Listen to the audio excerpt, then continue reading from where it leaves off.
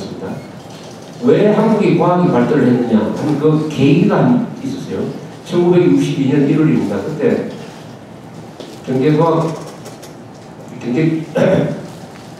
경제기획원에서 박 대통령한테 최초 1차 5개년 계획을 이제 브리핑을 했어요. 브리핑을 다 듣고 있던 박정희 최고회의 의장이 다 듣더니 마지막 질문을 딱 하나 했습니다. 그 계획은 잘 돼 있는데 혹시 이 경제개발 계획을 가능하게 하는 우리의 과학기술이 있느냐 이렇게 물었어요. 이것을 뒷받침할 만한 과학기술이 있습니까? 이렇게 물었어요.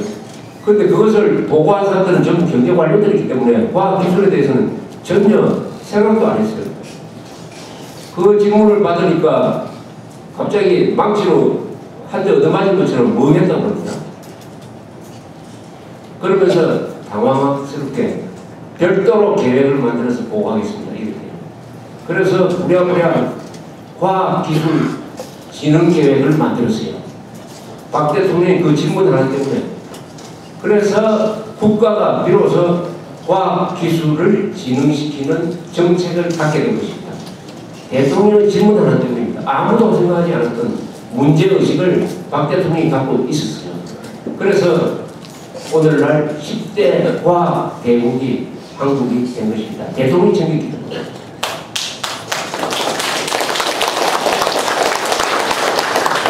프랑스에서 드골 대통령이 그런 역할을 했습니다. 드골 대통령이 오늘날 프랑스가 과학 대국이죠. 특히 비행기, 원자력 발전소 뭐 이런 부분에서는 아주 굉장합니다. 그것도 드골 대통령이 직접 챙기니까 오늘날의 프랑스의 과학기술력이 만들어졌다.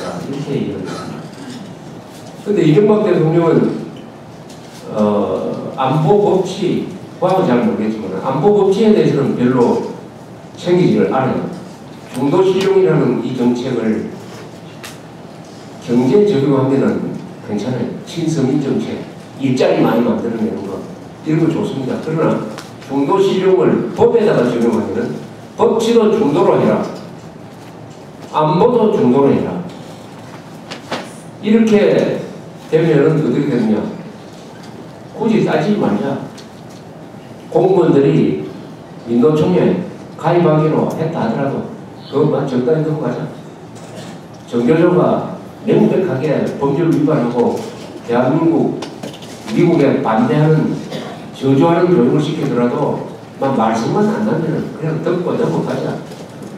요새 집안에서는 전부 자녀들한테 한자 교육을 시키는데 신문에, 언론에, 표지에, 교통표지판에, 간판에 한자가 없어가지고 어린애들이 그 아깝게 배운 한자를 곧 다 잊어먹는다. 학교에서는 안 가르친다. 이 문제도 국가가 해결해야 되는데 그것도 막 한자 번용하는 또 한글 전용주의자들이 전부 일어날 테니까 그것도 적당하게 생각하자. 막 이런 식으로 모든 것이 적당하게 됩니다. 적당하게. 법치 안보에 대해서는 중도가 없어요. 왜냐하면 안보는 적과 동지만 있을 겁니다. 안보에서는 세 부분만 있어요. 적이냐, 우리 편이냐, 동맹국이냐 이렇게 있어요. 법은 위법이냐, 합법이냐 여기에 중도가 없어요. 그런데 이명박 대통령이 중도실용 정책을 추진하면서부터 한국에서 뚜렷하게 하나의 느껴지는 느낌이 하나 와요. 그것은 공무원들이, 군인까지 포함해서 공무원들이 좋은 게 좋다. 적당하게, 흐리멍텅하게, 문제없이 조용하게 넘어가자.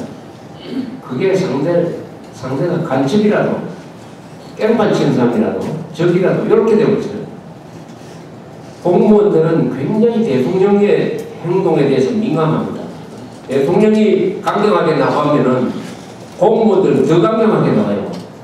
대통령이 희미하게 나가면 공무원은 더 희미하게 나갑니다. 지금은 대통령은 중도라고 이야기를 했는데 실질적으로 공무원들이 하는 거 보면 좌경적 행동을 하고 있어요. 좌경적.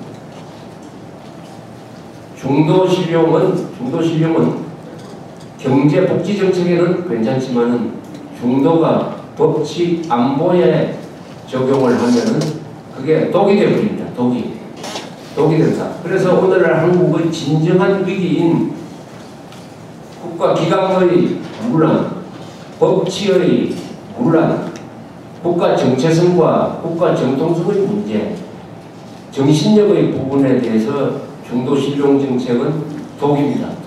독이 돼요.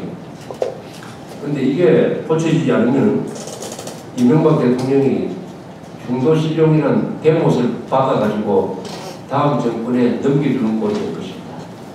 요새 대못이라는 말이 참 많이 나오죠. 그래서 이명박 대통령이 지금 두 개의 대못을 받고 있어요.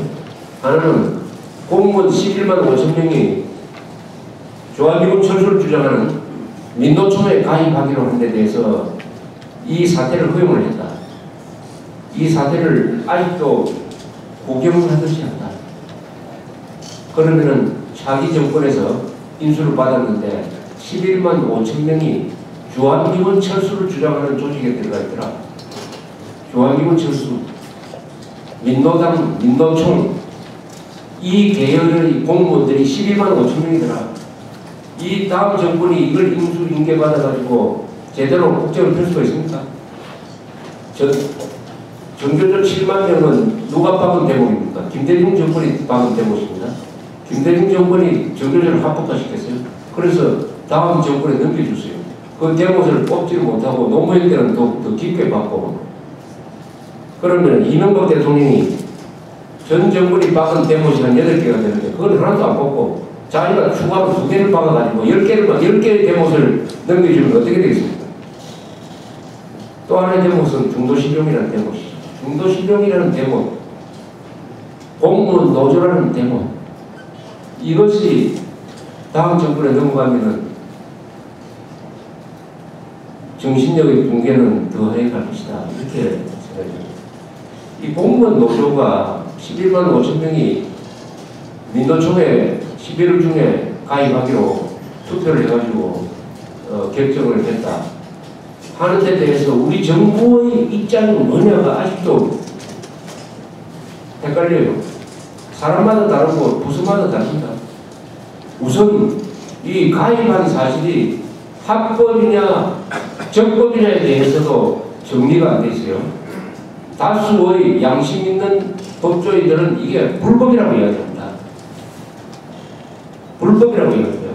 공무원들은 노조를 결성할 수 있어요. 거기까지는 합법이에요. 그러나 공무원들은 정치활동을 해서는 안 됩니다. 그런데 민노총은 어떤 단체냐? 정치단체예요. 이게 정치단체. 민노총 하면서 여러분들 머리에 딱 들어오는 게 뭡니까? 죽창이죠. 죽창, 촛불 시위 이런데 항상 등장하고 주한미군 철수를 제일 강력하게 주장을 하고 민노당의 정치적 노선과 선을 같이 하고 민노당은 김정일 정권과 같은 주장을 하고 그래서 김정일 정권, 민노당, 민노총 공무원 11만 5천 명 이렇게 딱 정렬이 된다. 정렬이 되는 거죠.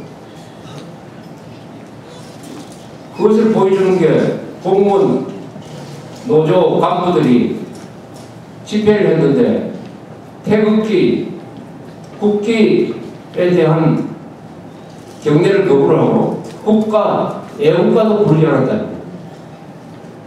과거에도 부르지 않았는데 요새 세상 문제가 되니까 거기에 초점을 맞추니까 또 그런 짓을 했다고 그랬습니다.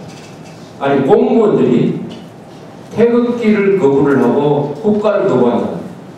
저런 파면이죠. 이거 저런 정상적인 국가를 위해서 법률에 그것을 금지하는 법률이 있느냐 없느냐 이런 걸 찾고 있는데 아니 그 법률이 있어야 됩니까? 그건 법률을 규정할 필요도 없어요. 왜 규정을 안 합니다. 할 필요가 없죠. 그런 것까지 일일이 다 너무나 당연한 것이니까 아니 공무원이 국기와 국가를 거부를 한다고 하면은 저런 파면이 자동적입니다. 즉 우리 헌법에 서울이 수도라고 적지 않았어요.